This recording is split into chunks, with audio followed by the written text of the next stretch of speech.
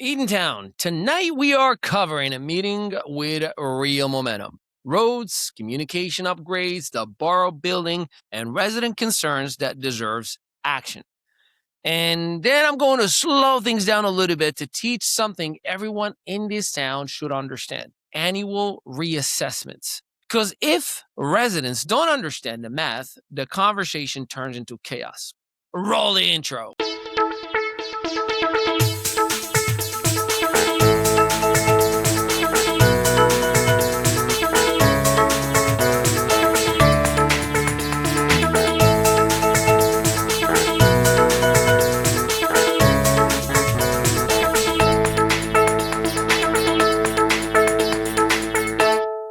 What's up, Eatontown, and welcome back to Eatontown Voices. I'm your host, Ali Madawi. This is the place where we translate town government into plain English with a positive, unifying tone and accountability when it's needed.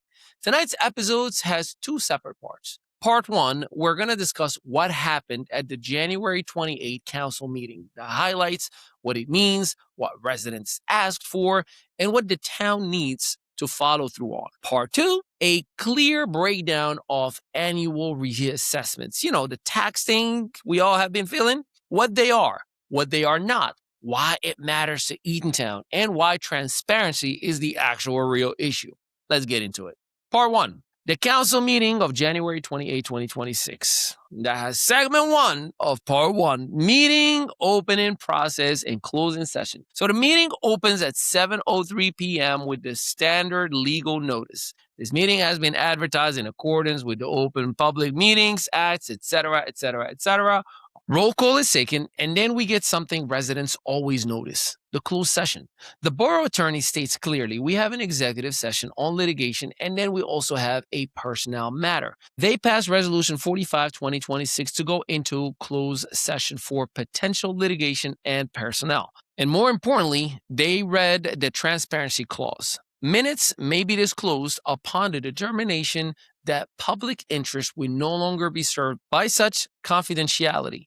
They return back into open session at 7:33 p.m., back in open session. So here's the unified message I want residents to take. Closed session can be legitimate, and it is, but trust depends on follow-through. When legally permissible, residents should later see clear summaries, updates, and outcomes. Segment two, tax assessor resigned, new appointment added. All right, don't celebrate yet. One major update was added to the agenda. The tax assessor has resigned for another position elsewhere. God bless and Godspeed. Then, and I quote, we have a resolution appointing the tax assessor, and that'll be tonight. That's Resolution 46. This matters because the assessor is directly connected to one of the hottest issues in town, property values, assessments, and tax fairness. And that's why later in this episode, I'm going to slow things down and explain annual reassessment in plain English, the way it was explained to me, because we cannot talk about taxes intelligently if we don't understand what's driving the numbers. Segment three, Netflix funds plus the Paving program proposal. So now here is one of the most important parts of the meeting, the mayor report and the community benefits agreement discussion. The mayor says, and I quote, one of the permissible uses of the $47 million from Netflix is paving roads. And he proposes a plan that actually structured and may sound democratic. During the month of February, would advertise to the residents to share roads that would be paved. Then, and I quote again, the DPW put them all together, sent to engineers, asked them to compete on prices, and then the key part, options, assuming $1 million, $2 million plan, $3 million plan. What are the priorities and what it would cost? Councilman Armand supports the public input angle, and he states, and I quote, I would love to see some kind of feedback from residents. And he added, streetlights. Can we use that platform to let us know what streetlights are out? Then we get a very honest line that residents will definitely relate to. Quote, residents would be thrilled if we paved the roads because that's what they do complain about, the roads, and with justifiable cause. That right there is how you lower temperature. Acknowledge the legitimacy, then move into solution. Accountability marker for you. If the town does the February outreach, it must be easy. It must be trackable, because if residents submits requests into a black hole, trust doesn't rise, it actually drops. Segment 4, DPW respect and why credit matters. Multiple council members praised DPW with real details. And as I quote Councilwoman Foss, she stated, "Our DPW was out in full force, pushed 3 times, and salted twice. Around 900 man-hours, 91 tons of salt." And then a resident backed it up too. Yeah, that's me. I gave a personal shout out to our clerk, because the very next day, the minutes are always available. And that is amazing. Here's the unity message. We can debate projects, we can debate priorities, and even budgets. But when public workers deliver under pressure, man, give them their kudos, give them their praises. Segment 5, buy a penguin and why it actually matters. Then we had one of the most unexpectedly human moments. Councilwoman Danielle Jones, who is a member of the youth committee, said that the borough should buy a penguin with the community benefit agreement funds. And the mayor says, we're buying a penguin for that kid. Whether it's symbolic or whether it's serious, it is a reminder civic engagement grows when young people feel heard as well. Segment 6, borough building. Questions are not the enemy. Now, we hit a serious question. Councilwoman Escalante read a statement that deserves to be heard clearly. She stated, and I quote, "I want to address a growing narrative that my questions and concerns about the new borough building are somehow problematic." And then she continued, "My responsibility is to ask questions. When a project involves significant public spending," key line here coming up, quote, "careful scrutiny is not lack of support." Then she continued to say, when questions are treated as inconvenience, trust erodes. That's not negativity.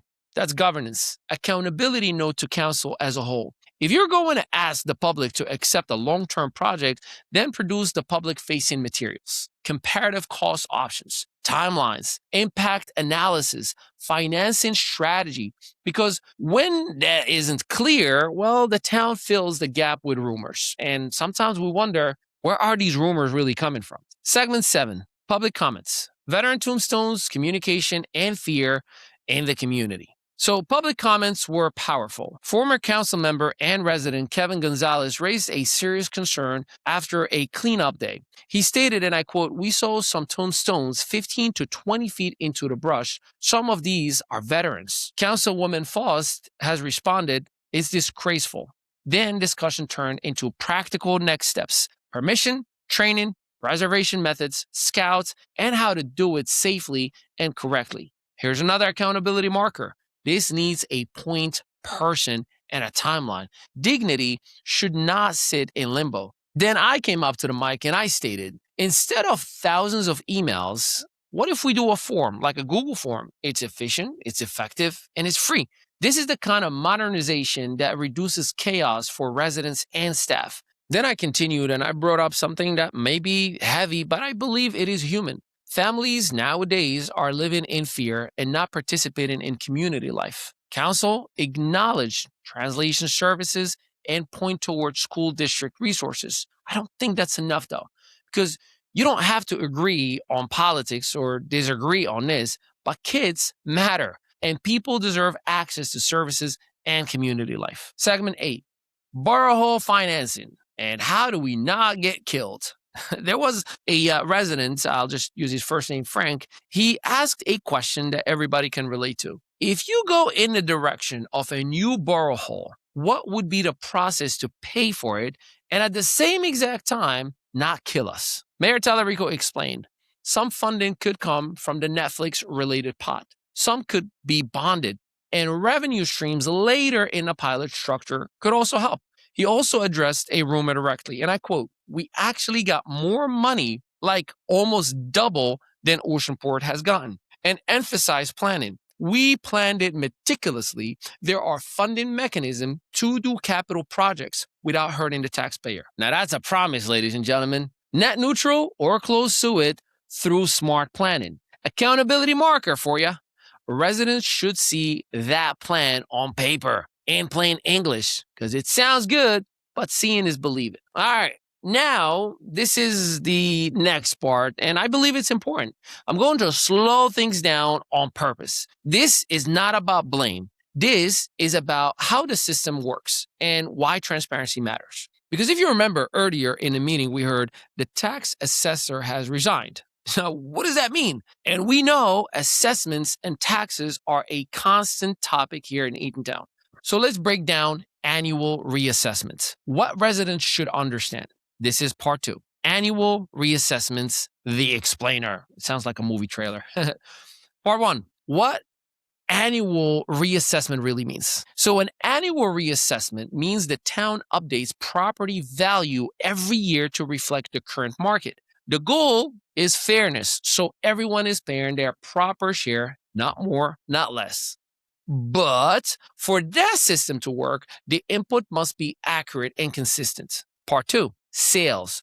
Usable versus non-usable in plain English. Here's something most residents don't actually know. As a matter of fact, I didn't until yesterday. When homes sell, the assessor decides whether each sale is usable or non-usable for valuation purposes.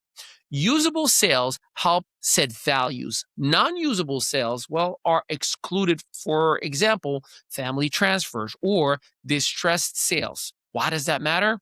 Well, because the mix of sales used directly affects the average assessment ratio, and that ratio affects how county and school taxes are shared between towns. Part 3. Why this matters to Eatontown. If lower price sales are excluded or higher price sales are over included, that can change that ratio. And when the ratio changes, it can shift millions of dollars in shared taxes, not by raising taxes overall, but by moving who pays what share. That's why sometimes you feel like it's not fair. In simple terms, one town's ratio affects its neighbors. Part 4. The Freeze Act. What is it or what isn't it? So now let's talk about something called the Freeze Act. The Freeze Act says that if you successfully appeal your assessment, that judgment usually carries forward for up to 2 years or more. The Freeze Act says that if you successfully appeal your assessment, that judgment usually carries forward for up to 2 more years. But, there's always a but. Here's the key point most people miss. Recent court rulings have clarified that annual reassessments do not qualify as a complete reevaluation under the Freeze Act. Why? Wait for it, because this is absolutely dumb. Because the law never uses the word annual. Yeah, I'll let you sit on that one for a second. Part 5, what does that mean for homeowners? So even though values are updated every single year, those updates do not automatically reset prior appeal protections. That creates tension in the system because values are moving, but some assessments remain frozen. Courts have acknowledged this gap. Part 6, why this is a statewide issue and not just Eatontown issue. So this isn't unique to Eatontown. Professionals across New Jersey have raised the same exact concern. That's why they are called to clarify the law, not to eliminate protection, but to actually align the rules with how annual reassessments actually work. Part 7, the postcard problem. This one is going to resonate. So let's talk about the assessment postcard everyone gets. By law, it tells you your assessments and how to appeal it. But here's the issue. In towns that haven't had a full reevaluation in years, about 80% of properties show no change, even though the market clearly has dramatically changed. That can make people think nothing changed, when in reality, everything changed around them. Part 8, why transparency matters. All right, this is why people get pretty confused. This is why people get mad. They see a postcard that looks the same, but their tax bill changes, not because of a trick, but because the system doesn't clearly show ratios, market values, or how the levy is shared. Part 9, the big takeaway. So let me be clear here. Annual reassessments are not the problem. Lack of transparency is. People deserve to understand how values are set, how rates are calculated, and how shared taxes are divided. And guess what? The more you get involved in council meetings, the more you get involved in legislators, the more you get involved with state and county representatives, the more you have an impact on this. When residents understand the math, the confusion goes away. When the confusion goes away, the conversation gets better. And that is what Eatontown Voices is all about. Clarity over chaos. Fair taxes require fair math and clear explanation. They go hand in hand. So if this breakdown helped you, share it with a neighbor, especially someone who says, I don't even know what's going on anymore. Because now you do. This is Eatontown Voices. I'm Ali Madawi. I'll see you in the next council meeting. Still marketing your business like it's the Yellow Pages era? Welcome to ME Studios, where local solopreneurs and small business owners catch up with the digital world and take over it. We help you go from invisible to undeniable. Featured on Spotify, iHeartRadio, Audible, Apple Podcasts, and Amazon Music. Plus, gain press exposure in over 100 to 300 major media outlets like Fox, ABC, CBS, NBC, and the CW. Right here in Eatontown, New Jersey, just steps away from the soon-to-be Netflix studios, our multi-unit facility is built for creators, entrepreneurs, and visionaries. Stop marketing like it's 1995. Start building your digital authority today with a team that gets it.